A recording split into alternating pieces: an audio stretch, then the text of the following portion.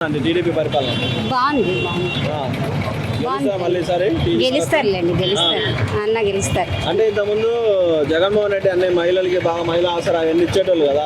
మాకైతే ఏం దొరకలేదు, ఏం అవ్వలేదు, మాకేది రాలే. మాకు ఇప్పటిదాకా ఆరోగ్యశ్రీ కార్డే లేదు. మాకు ఏదైనా అడిగితే అప్పుడు వాలంటీర్ వచ్చి మొత్తం చేస్తాడు, ఇంటికి వచ్చి అన్నారు ఉంది కానీ వాలంటీర్లు వచ్చినా వేస్ట్ అనిపించింది నాకైతే. వాళ్ళు పట్టించుకోలేకుంటుండ్రి. ఇప్పుడు కొంచెం అడిగినాము, కొంచెం ఆగండి చేస్తామన్నారు.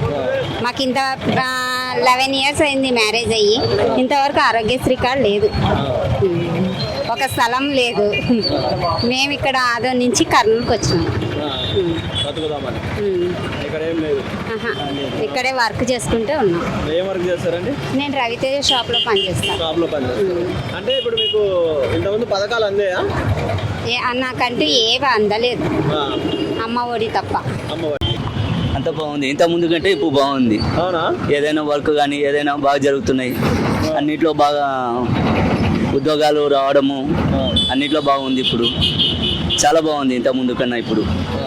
గెలుస్తారా మళ్ళీ ఈసారి? మరి ఖచ్చితంగా ఖచ్చితంగా. అంటే అప్పుడు జగన్ పరిపాలన బాగుందా, టీడీపీ పాలన బాగుందా?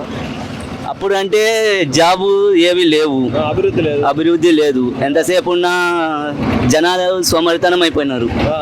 ఇప్పుడు అట్లా లేదు కదా. కొంచెం చదువుకున్న వాళ్ళకి, యూత్కి అంతా జాబ్ పరంగా అన్నీ బాగున్నాయి ఇప్పుడు. కాబట్టి మళ్ళీ నెక్స్ట్ భరతే వచ్చేది. ఇంకా అందుబాటులో ఉంటాడా భరత్? ఉంటారు మాకైతే. అంటే మినిస్ట్రీ కూడా యువ నాయకుడు ఉంటారు, మాకు అట్లా ఏం లేదు. నాన్నగారు లాగా చురుగ్గానా? చురుకే, బాగానే ఉంటుంది. యూత్ ఆయన కూడా యూత్ లో ఉన్నారు కాబట్టి యూత్ కి బాగా అర్థం చేసుకునే స్టేజ్ లో దగ్గర ఉన్నాడు ఆయన. బాగా ఉంటుంది. అంటే కొన్ని పథకాలు అందట్లేదు అని అంటున్నారు, ఎలా అనిపిస్తుంది అన్న పథకాలు అంటే ఇంత ముందు ఉన్న దానికన్నా ఇప్పుడు కొంచెం బెటరు. పథకాల గురించి ఆలోచన చేస్తే బతకడం కష్టమైపోతుంది.